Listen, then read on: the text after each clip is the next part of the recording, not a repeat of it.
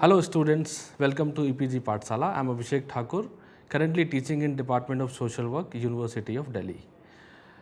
Today we are going to talk about engagement of children with disability through inclusive education.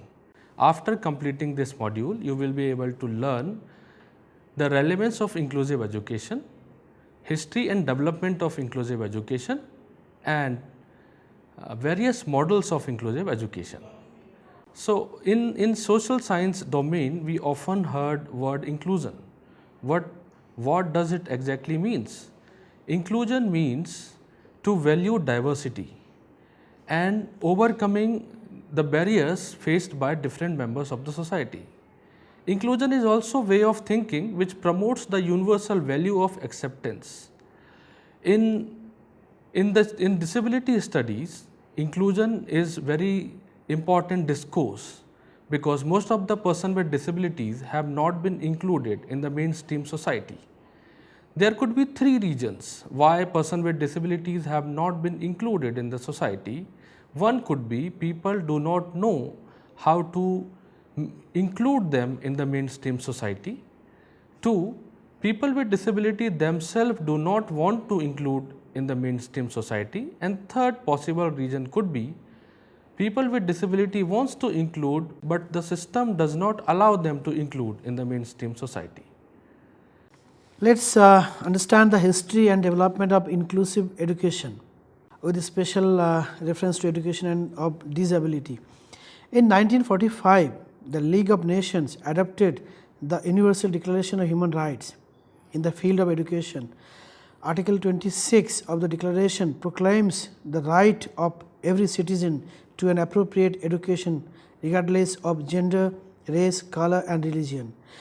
This right is also enshrined in the constitution of all independent nations.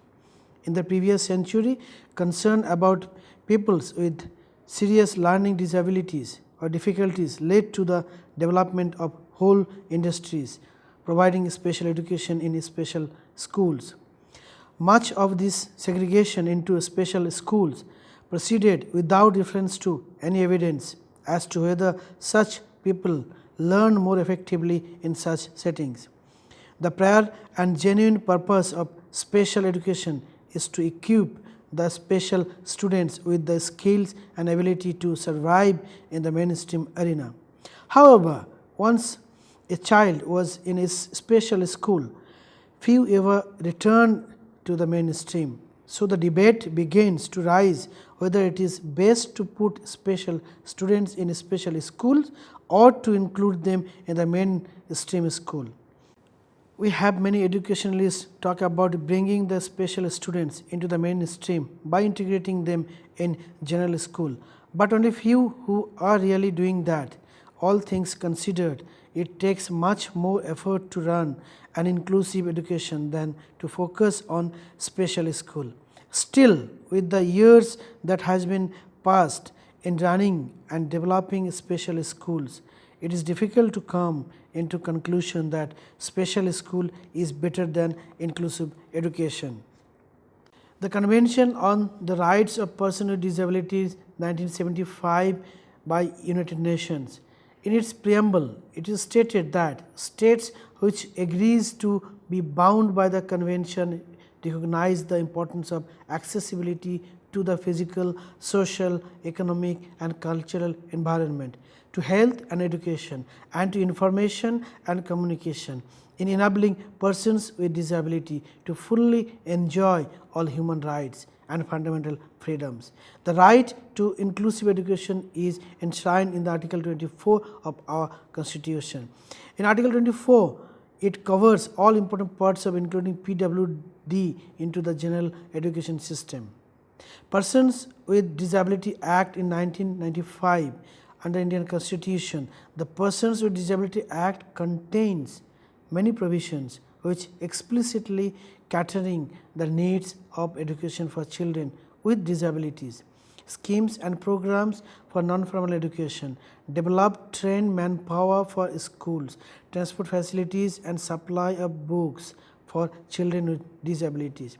For example, in section 26 of PWD Act requires the state to ensure that every child with a disability has access to free education in an appropriate environment till he attained the age of 18 years. From all these provisions, we can learn that if it is being implemented accordingly, then PWD can fulfill their fundamental rights as much as common people do, and they also will enjoy no hindrance in their everyday basis of living among society. But most of the time, what happened we see in the society in real life is not as beautiful as what has been mandated by the Constitution. Apart from that, by virtue of these provisions, it guides us to work upon realizing the inclusive education for PWD. However, the realization of universal rights to education can happen only when schools begin to accommodate different socio-economic and cultural backgrounds of the children and their broader range of learning styles, behaviors, capabilities and potential in all sensory domains. Principles of inclusive education. All the children have right to learn and play together with regard whether they are person with disability or without disability. They all have right to learn and play together. Second principle could be the children should not be devalued and discriminated and sending away because of their disability or learning difficulty. The third principle could be there is no legitimate reason to segregate children for the duration of their schooling. The fourth principle is they belongs together, rather we should not segregate them. The need is to protect them with one another. Let us see now discuss about the few characteristics of inclusive education. Within the field of special education, the term inclusive education have come to refer to a practice of education that promotes the education of all peoples in mainstream schools. Madhurmita Puri and George Abraham in their book stated the principle of inclusive education. It has to have characteristics like the system accepts and promotes the fact that the majority of children with special educational needs can be accommodated within the regular school system. There is explicit recognition that the education of all children with special educational needs is a responsibility of the national school system. Leadership and resources are provided to make primary teaching and curriculum more flexible. Closer links between regular and special education, formal or non-formal system and schools to community sectors are encouraged so as to benefit all children. There is recognition that teacher training is highly interactive, continuous and supportive process of enhancing the competence of the teachers to respond to a greater diversity of children's learning styles and needs. Let us now talk about the models of inclusion education to engage children with disabilities. Basically, there are two models of inclusion. Number one, partial inclusion. Number two, full inclusion. What is partial inclusion? It means including the special student in the education, but only up to their ability. Not all curriculums are being followed by the students, only the one that fits their ability. That is, mathematics is not included in their curriculum. Special educators should be there in the inclusive environment to assist student with special needs. Full inclusion talk about expressed at a Salamanca conference, which says inclusion of all children in ordinary schools can come about only as a result of a reform of the school and the education system as a whole. It is the whole education system and not just one aspect of it which should be reformed to make inclusive education possible. Adaptive learning environment model. Wrong's adaptive learning environment model basically itself is an innovative educational program designed to meet the diverse social and academic needs of students in regular classes. This model was designed to create school learning environments in which all the students can learn basic academic skills and increase their confidence in their ability to cope with the social and intellectual demands of schools. Another model, this called strategies intervention model, is developed by Rosemary Tully, Beverly Colombo and Donald D. Dressler. This model is based on the belief that all students should develop their potential as independent and strategic learners across learning, social, motivational and executive domains. Directly correlated with this belief is a 3-step strategy intervention curriculum: learning strategy information, content enhancement. Let us understand slightly on criticism of inclusive education. According to Fuss and Fuss in 2013 says that there are several reasons why the full inclusion movement would not be successful.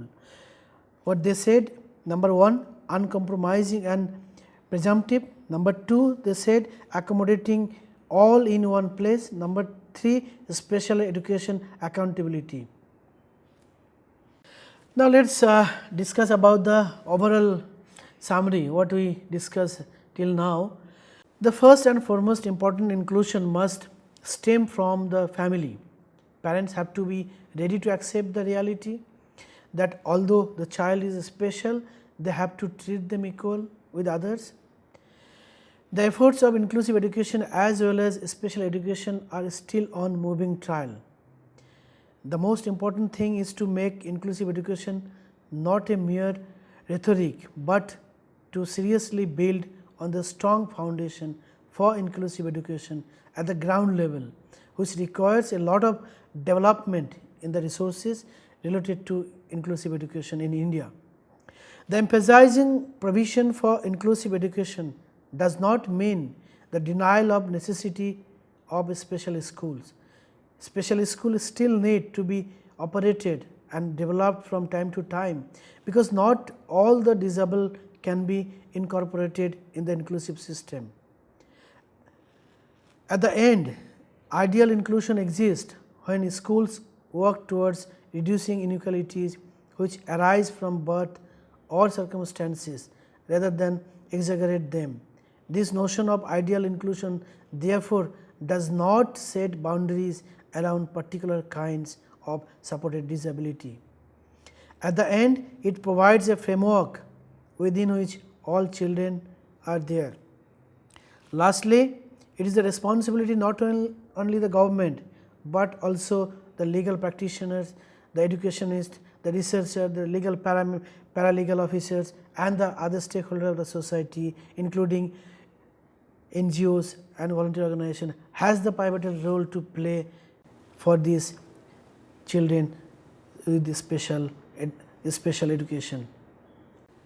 Inclusive education, the basis of inclusive education is to, in a first hand, parents should be ready to send their children for either for inclusive education or for special education, because often we see in Indian context or even in abroad also, when child born with disability, most of the time of the child is gone to get the treatment.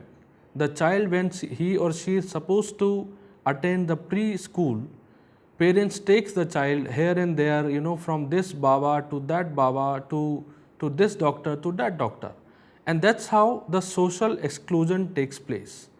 So in India, we have both the models currently functioning.